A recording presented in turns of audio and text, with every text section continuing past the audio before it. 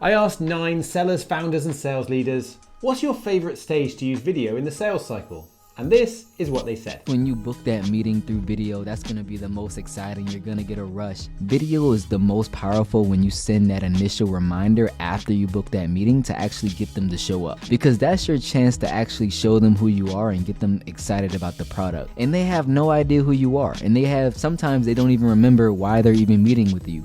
So that's your chance to give them a recap of what you guys discussed, and then you can get them excited about the product. That way they don't just come in so cold and they know exactly what you're talking about. The most important way to use video is to do it in unexpected ways. Anytime I can create an experiential moment for people, influence people to think differently about who I am, what I'm doing here, why I'm a good fit for their organization, the more that I can get people feeling like that, the more trust is built, and or the more you get to the same page where you're not the right fit.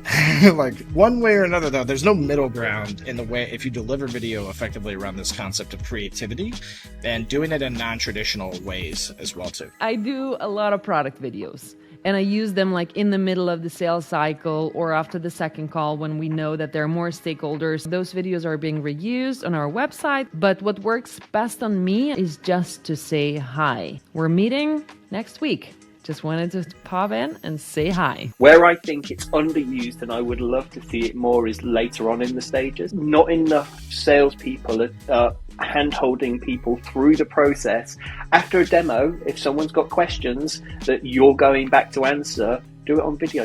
Just showing that care and attention throughout the sales process rather than just to get someone's attention is massively underused. It will help you to close a deal better if you're doing it through the process. So I think it's just a natural reaction to go, right, it's just to get someone's attention when really it's not just that. I think in general for me, I found the most success using video actually for like after demos in terms of like visual type follow-ups. Maybe I'll send a quick video on how to do something like, add a new team member or add something around a certain feature or competitor that they're looking to track. Try to latch onto a couple questions that individuals asked and use that as a great mechanism to follow up and continue adding more value. It's a lot faster than trying to write a full how-to email, and people learn a lot better from video as well. It's engaging. And then I'll get the analytics from it as well to see, hey, did they actually review it? Did they send it around? Did they view it multiple times? I personally love sending videos a little later. Think about this, right? You're having a conversation with your friend and then conversation gets juicy, it gets heated.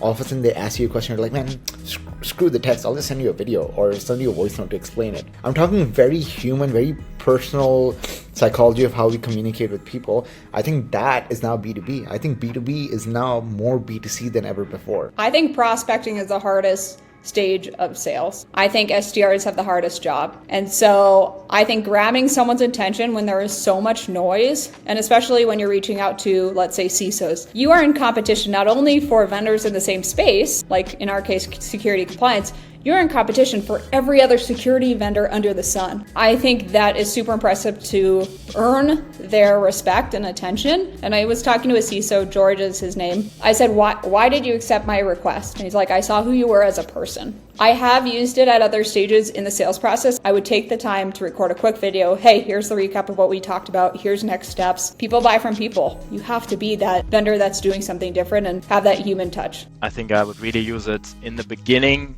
After step 3 in your cadence, right? You want to build a little bit of familiarity for those prospects to actually make someone click on that video. What I do, I implement this in my nurturing sequences where I record specific use cases that we spoke about and send this to him every second day, right? So to build this relationship down the funnel. You can also use it for presenting a proposal or answer any objection that you have, or send like an additional video of another stakeholder that's very excited to get started. And then even if you hand it over to customer success, you can already introduce the next stakeholder and hey, like this is, Philip, he will be your strategic partner from now on. What I used to see was really creative. It was made for me, whether that's someone with a whiteboard or an app, or clearly they were on my website, something like that. And I always used to watch those videos and think, fair play. You put some effort in, you've sent that to me, and I always watched them and I always responded, even though I wasn't interested. What I have seen is people start to get lazy with it. Like anything, they start to abuse it.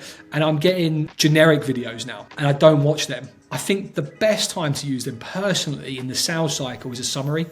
So you've had a discovery call and you send a video summarizing what you spoke about, and then just a little sneak peek, like just lifting the bonnet about something you're super excited to show them in the next step. Yeah, big fan of video. I've seen a couple of great examples, but I don't feel like it's used enough. And those that do use it, I feel just need to do a little bit more than just the generic videos.